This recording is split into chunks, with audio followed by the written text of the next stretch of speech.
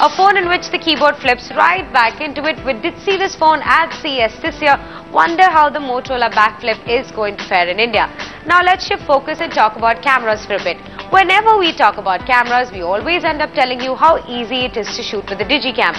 Sure, it's no DSLR, but it does get the job done. But do you know that there are plenty of cameras out there that disguise themselves as DSLRs but have features that a good old digicam has? So today, Varun Singh is going to tell us which one to bet our money on. The good old digicam or a camera that does not know if it's a DSLR or not. I'm not going to reveal anything else. Let Varun do all the talking.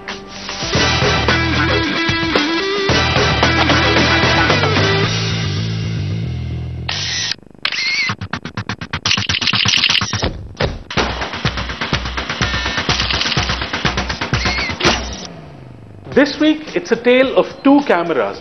This one, the Lumix TZ10, and this one, the Fuji HS10. And both of them are selling in the market at exactly the same price, 23,500. Let's figure out what's similar and what's different.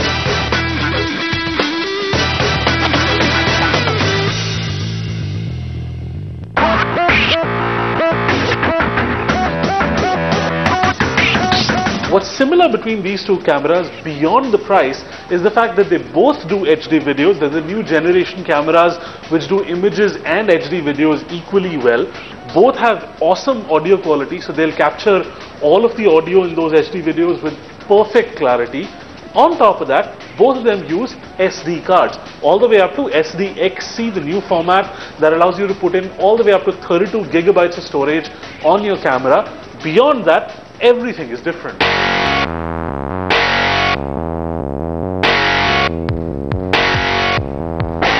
Let's start with the Panasonic Lumix TZ10.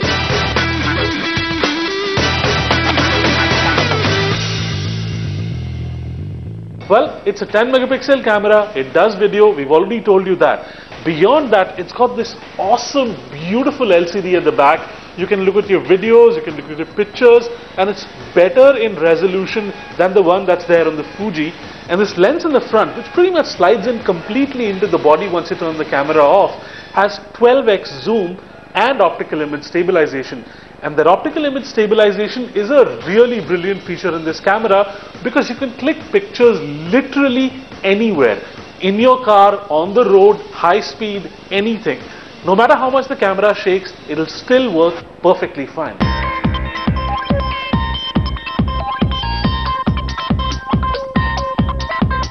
Clicking pictures with this camera is also very simple. It's got this intelligent auto mode that figures out what ISO setting to use, which kind of scenario to use, should it be hilly, should it be cloudy, what kind of a white balance to use, all of that stuff, better than any other automatic system that we've seen. I haven't seen this one get confused at all. On top of that, it's even got face detection. So if you can register a baby's face to the camera, the moment it detects that face, it'll automatically switch to baby mode to click that picture. And last but not the least, the brilliant thing about this camera is that it's got a built-in GPS receiver, so it'll automatically geotag all your photos, and with the software that's provided with the camera, you can literally map them all over the world and figure out where exactly you clicked each one of those pictures. Now let's look at the Fuji FinePix HS10.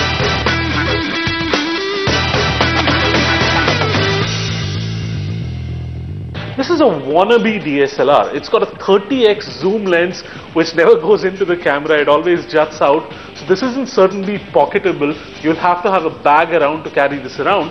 And this articulating display is another amazing thing. So it lets you click photos at absolutely any angle you want, lying down, standing up, from side, everything you want is perfectly fine.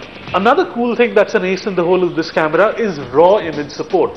So you're actually getting the digital negatives of your image completely lossless. You can manipulate them in Photoshop and get them to an even better quality and better settings. So it allows you a lot of customizability in your photos. Beyond that, we found this camera's low light performance to be a little bit tacky. At the same time, it refused to focus on some of the objects, especially when we were zoomed in very deep or very shallow.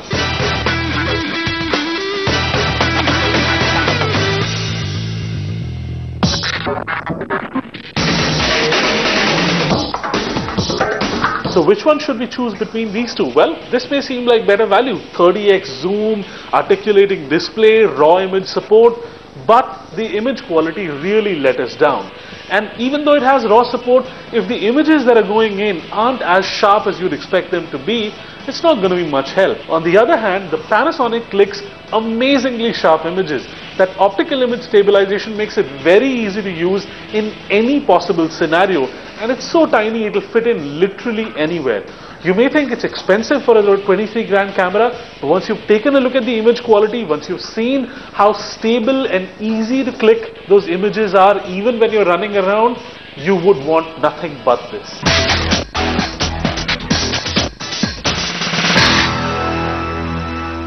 Time for our first break on the show, but don't flip the channel yet. On the other side, say no